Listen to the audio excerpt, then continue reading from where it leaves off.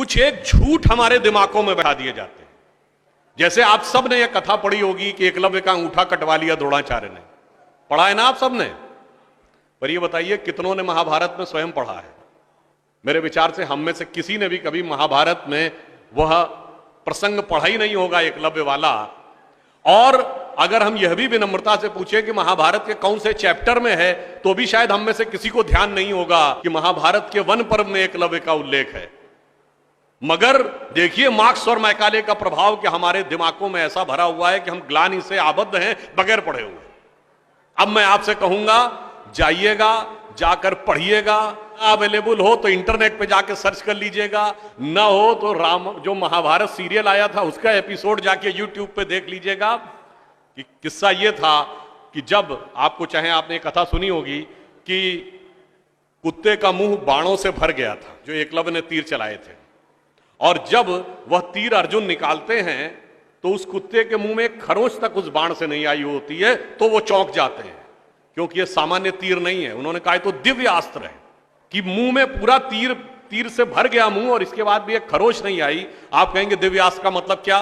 दिव्यास्त्र का मतलब ये है, जैसे रशिया यूक्रेन की लड़ाई चल रही है ना, इससे पहले मिडिल ईस्ट की लड़ाई देती थी, तो जो मिसाइल जाती है वो लेजर गाइडेड जाती है, जिस बिल्डिंग पे गिरना उसी बिल्डिंग पे गिरती है, अगल बगल पे नहीं गिरती, क्योंकि the direction is precise to the metres.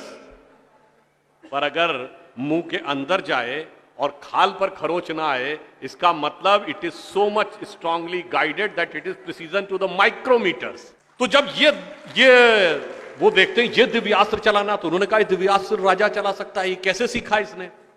तो जब द्रोणाचार्य उससे पूछते हैं कि तुमने ये किससे सीखा, तो कहता आपसे सीखा गुरुजी। कहते मैं तो तुम्हें जानता नहीं बालक, तुम अपना परिचय दो।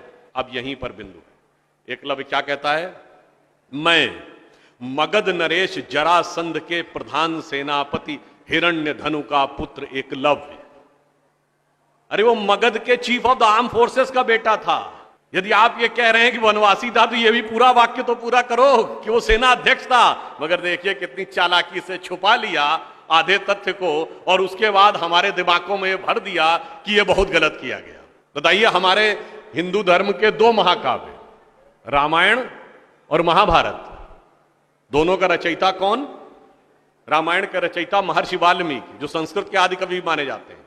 आज जो वाल्मीकि समुदाय है वो किसमें आता है? शेड्यूल कास्ट में।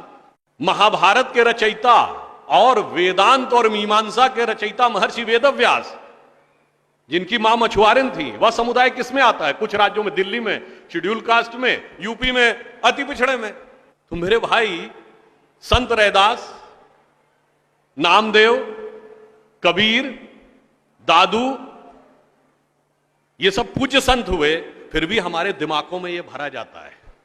और कौन भरता है? वो लोग भरते हैं जो अपने यहां समाज के गरीब वर्गों की खरीद फरोख्त करते थे। और आपको यह भी बात बता दूं, जब हम कभी अपने यहां कहते हैं फॉरेन ट्रेवलर्स ने दिखाओ क्या लिखा है, तो मैं यह बात आपसे कहता हूं, इसको भी जाके चेक कर लीजिएगा।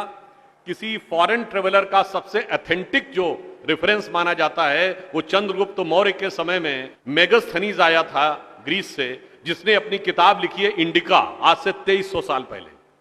वो इंडिका किताब आज उपलब्ध नहीं है, मगर उसके उद्धरण तमाम जगहों पे हैं, तो प्रूवन है किताब थी। उसने भारतीय समाज में व्यवस्था का वर्णन करते हुए लिखा है कि यहां पर 7 जातियां हैं, मगर महत्वपूर्ण बात यह है यहां इतनी समरसता, इतना सामंजस्य है कि यूनान के समाज के समान यहां कोई समाज का ऐसा वर्ग नहीं है जिसके साथ शोषण या भेदभाव किया जाता हो।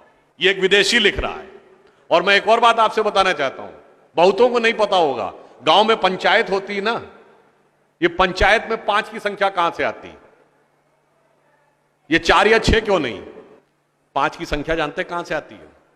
4 वर्ण माने गए थे, तो किसी भी गांव में निर्णय लेना होगा तो चारों वर्णों का एक एक प्रतिनिधि होगा, और 5वां जानते कौन होगा?